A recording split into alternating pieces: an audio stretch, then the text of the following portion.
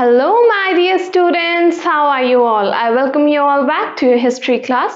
हमने आपकी history book का चैप्टर नंबर 10 स्टार्ट कर दिया था, which was colonialism and the countryside, in which we were exploring the official archives, जिसमें हम पढ़ रहे थे ब्रिटिश राज के बारे में एंड ब्रिटिश रूल के बारे में. उसके अलावा we were also reading about the zamindar. So let's get started with the second part of this chapter. Okay, so first topic for today is the rise of jotedars. अब एक new class emerge हुई. अब वो class किसकी थी? जोतेदार्स की. ठीक है. अब जोतेदार्स कौन थे? Who were jotedars? ठीक है. While many zamindars were facing a crisis at the end of the 18th century. अब हमने देखा, क्या देखा हमने कि जो भी जमींदार्स थे वो उनको बहुत ज्यादा क्राइसिस फेस करना पड़ रहा था. क्यों फेस करना पड़ रहा था? अब जो ब्रिटिश गवर्नमेंट थी उन्होंने जमींदार्स को अपॉइंट किया था कि आप जितने भी पीजेंट्स हैं उनसे रेवेन्यू कलेक्ट करके लाएंगे. ठीक है. अब उन्होंने जो पीजेंट्स थे उन्होंने रेवेन्यू देने से मना कर दिया था. तो अब सारा बर्डन रेवेन्यू देने का किस पे आ गया था? जमींदार्स के ऊपर आ गया था, क्योंकि उनको फर्दर वो रेवेन्यू किसको ट्रांसफर करना था? ब्रिटिश गवर्नमेंट को करना था. तो जिसकी वजह से जो जमींदार की जो सिचुएशन थी वो बहुत ज्यादा क्रिटिकल थी. अब ऐसे केस में हमने क्या पढ़ा था कि ब्रिटिश गवर्नमेंट ने अपना रेवेन्यू लेने के लिए जमींदार से क्या करना शुरू कर दिया था? उनकी जितनी भी चीजें थी, उनका जो लैंड था वो सब ऑक्शन करना स्टार्ट कर दिया था. अब जब जमींदार्स का लैंड ऑक्शन हो रहा था, जमींदार्स के एसेट्स ऑक्शन हो रहे थे क्योंकि वो पेमेंट नहीं कर पाए थे, तो क्या हुआ? उस टाइम पे एक नई क्लास इमर्ज हुई. किसकी क्लास? जोतेदार्स की. ठीक है. अब जब जमींदार एक क्राइसिस के सिचुएशन में थे 18th सेंचुरी के टाइम पीरियड पे, एक नया ग्रुप इमर्ज हुआ, a group of rich peasants. और वो ग्रुप किसका था? रिच पीजेंट्स का, रिच फार्मर्स का ये ग्रुप था. Were consolidating their position in the villages. Consolidating मतलब जो उस टाइम पे अपनी पोजीशन को स्ट्रेंथन कर रहे थे. कहां पे? विलेज सोसाइटी के अंदर. In Francis Buchanan survey of the Dinajpur district in north Bengal. अब एक कौन है? ट्रैवलर थे. कौन? Francis Buchanan. उन्होंने किस पे सर्वे किया? नॉर्थ बंगाल के डिस्ट्रिक्ट, नॉर्थ बंगाल में एक डिस्ट्रिक्ट था दीनजपुर, उस पे एक सर्वे किया. ठीक है. उनके डिस्क्रिप्शन से हमें क्या पता चला कि एक नई क्लास ऑफ पीजेंट आई है जो कि काफी रिच है, जिनको क्या कहा गया? जोतेदार्स कहा गया. Jotedars had acquired vast areas of land. अब जोतेदार्स ने बहुत सारा लैंड अक्वायर कर लिया था, vast area of land acquire कर लिया था इन्होंने. Sometimes as much as several thousand एकड़, यानी कि इनके पास several thousand acres of land आ गया था. यानी कि जिसकी वजह से इनके पास क्या आ गई थी? इकोनॉमिक पावर आ गई थी. They controlled local trade as well as money lending. इन्होंने क्या क्या कंट्रोल करना शुरू कर दिया था? लोकल ट्रेड कंट्रोल करना शुरू कर दिया था. इन्होंने मनी लेंडिंग करनी स्टार्ट कर दी थी, exercising immense power over the poorer cultivators of the region. इसके अलावा इन्होंने जो पुअर कल्टीवेटर्स थे यानी कि पुअर फार्मर्स थे उन पे भी अपना कंट्रोल रखना स्टार्ट कर दिया था. किन्होंने? जोतेदार्स ने. Within the village the power of jotedars was more effective than that of zamindars. यानी कि विलेज सोसाइटी के अंदर भी इनकी जो पावर थी वो जमींदार से बहुत ज्यादा थी. Unlike zamindars who often lived in urban areas. यानी कि जमींदार्स तो कहाँ रहते थे? शहरों में रहते थे, अर्बन एरियाज में रहते थे. लेकिन जो जोतेदार्स हैं वो कहाँ रहते थे? विलेजेस में रहते थे और डायरेक्ट कंट्रोल रखते थे पुअर सेक्शन के ऊपर.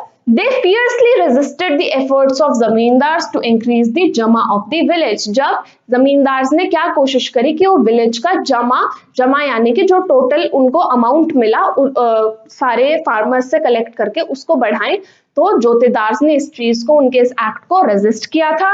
Prevented zamindari officials from executing their duties. इसके अलावा उन्होंने जमींदार्स को और ज्यादा परेशान करना स्टार्ट कर दिया था. वो उनको उनकी ड्यूटीज नहीं करने देते थे. Mobilised ryots who were dependent on them. जो रियॉट्स उनके ऊपर डिपेंडेंट थे, किनके ऊपर? जमींदार्स के ऊपर. उन्हें वो वहां से मोबिलाइज कर देते, मतलब भगा देते थे वहां से. And deliberately delayed payments of revenue to zamindars. और जानबूझ के जोतेदार जमींदार्स को पेमेंट नहीं देते थे ताकि उनको ब्रिटिश गवर्नमेंट के ऑपरेशंस को फेस करना पड़े. तो ऑल इन ऑल हम ये कह सकते हैं कि एक स्टिफ कंपटीशन देना शुरू कर दिया था जोतेदार्स ने. किसको? जमींदार्स को. when the estate of zamindars were auctioned for failure to make revenue payment। अब जैसे मैंने आपको बताया कि जब जमींदार रेवेन्यू नहीं दे पाए क्योंकि फार्मर्स ने उनको कोई क्या कहते हैं पैसे नहीं दिए, तो वो भी रेवेन्यू आगे ब्रिटिश गवर्नमेंट को नहीं दे पाए। तो जब ब्रिटिश गवर्नमेंट अपना रेवेन्यू उनसे कलेक्ट कर रही थी उनकी चीजों को ऑक्शन करके, उस टाइम पे jotedars were often amongst the purchasers. तो परचेजर्स में कौन होते थे? जोतेदार्स होते थे। तो jotedars were most powerful in north Bengal, यानी कि ज्यादा कंट्रोल इनका कहाँ था? नॉर्थ बंगाल के रीजन में था। Although rich peasants and village headmen were emerging as commanding figures in the countryside in other parts of Bengal, in some places they were called havaldars. अब इसके अलावा जोतेदार्स को कुछ प्लेस में हवलदार्स भी कहा जाता था और कुछ प्लेस में इनको गंतीदर्स और मंडल्स भी कहा जाता था। Their rise inevitably weakened zamindari authority. Very very important point क्या है कि जोतेदार्स के राइज से जो जमींदार्स की अथॉरिटी थी वो ब्रेक डाउन हो रही थी, वीक होती जा रही थी। अब बात करेंगे अब द जमींदार्स रेजिस्ट। अब जब जमींदार्स की पोजीशन जोतेदार्स ने चैलेंज कर दी थी तो जमींदार्स को रेजिस्ट तो करना था। तो अब उन्होंने रेजिस्ट कैसे किया वो हम देखेंगे। The authority of zamindars in rural areas however did not collapse, यानी कि जमींदार्स की अथॉरिटी रूरल एरियाज में पूरी तरह कोलैप्स नहीं हुई थी। They devised ways of surviving the pressures। उन्होंने इस प्रेशर को झेलने के नए नए तरीके अडॉप्ट किए। New contexts produce new strategies, नई स्ट्रैटेजीज अडॉप्ट करी। Fictitious sale was one such strategy. अब इनमें से एक स्ट्रैटेजी क्या थी?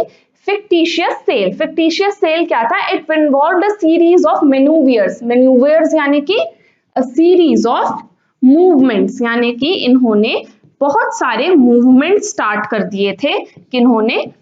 जमींदार्स ने। The raja of Burdwan for instance first transferred some of his zamindari to his mother.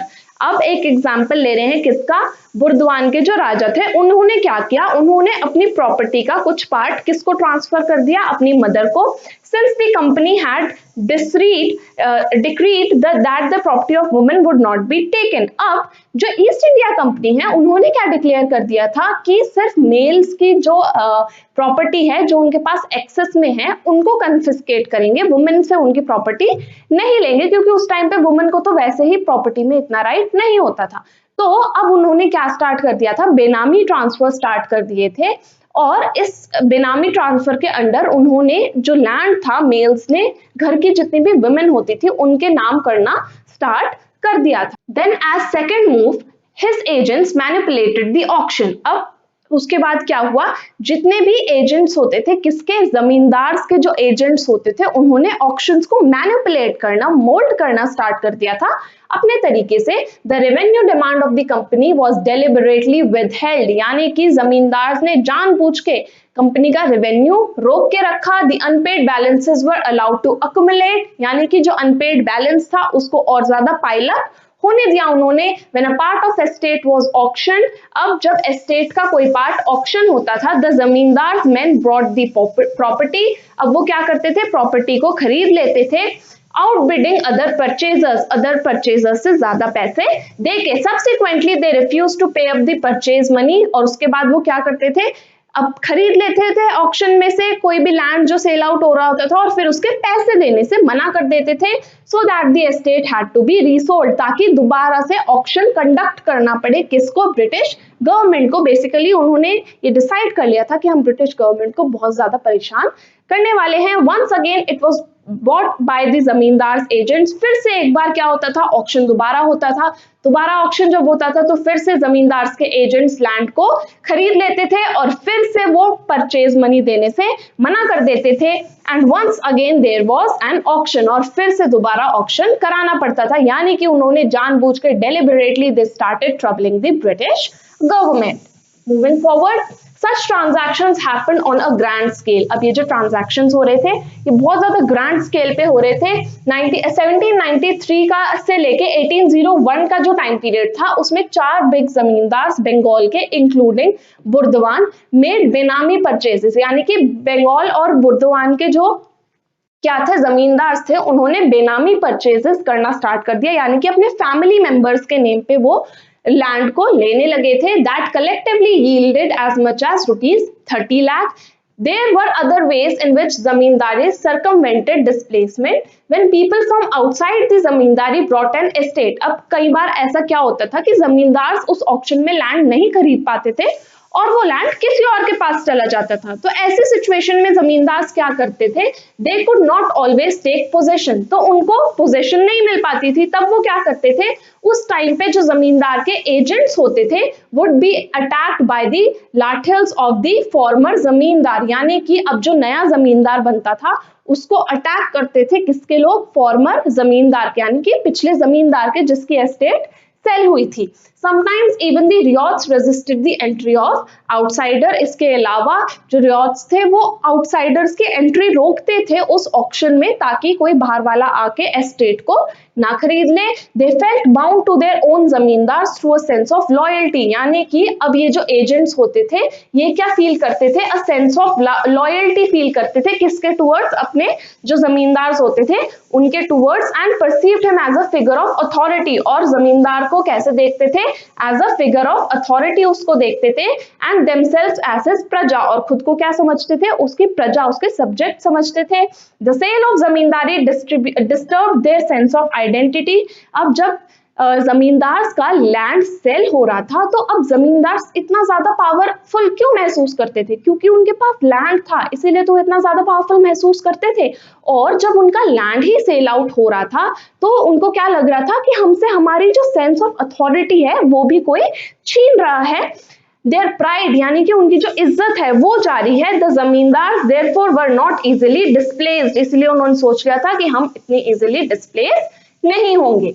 Moving forward, अब बात करेंगे the fifth report. The fifth report क्या थी, many of the changes we are discussing were documented in detail in a report. अब हमने ये जो जितने भी चेंजेस पढ़े जो जमींदार के साथ आ रहे थे, जो जोतेदार के साथ आ रहे थे, इनको ऑफिशियली एक रिपोर्ट में लिखा गया था जो कि ब्रिटिश पार्लियामेंट में सबमिट हुई थी 1813 के टाइम पीरियड में। It was the fifth of a series of reports, यानी कि बहुत सारी रिपोर्ट्स गई थी और ये रिपोर्ट फिफ्थ नंबर पे थी on the administration and activities of east India company in India, often referred to as the fifth report। इसको फिफ्थ रिपोर्ट ज्यादातर कहा जाता है।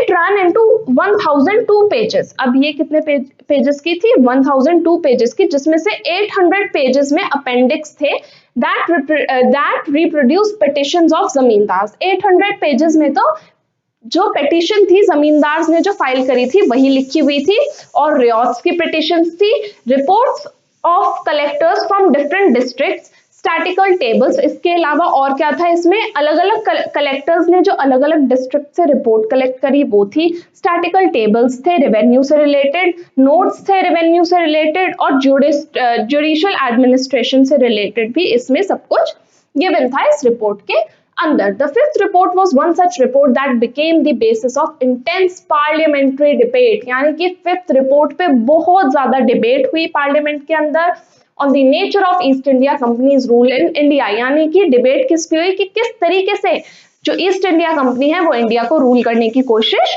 कर रही है। The fifth report has shaped our conception of what happened in rural Bengal, यानी कि बंगाल में क्या हुआ, ये सब कैसे हुआ, ये हमें कहां से पता चला, फिफ्थ रिपोर्ट से ही हमें पता चला in the late 18th century। But official reports like this have to be read carefully।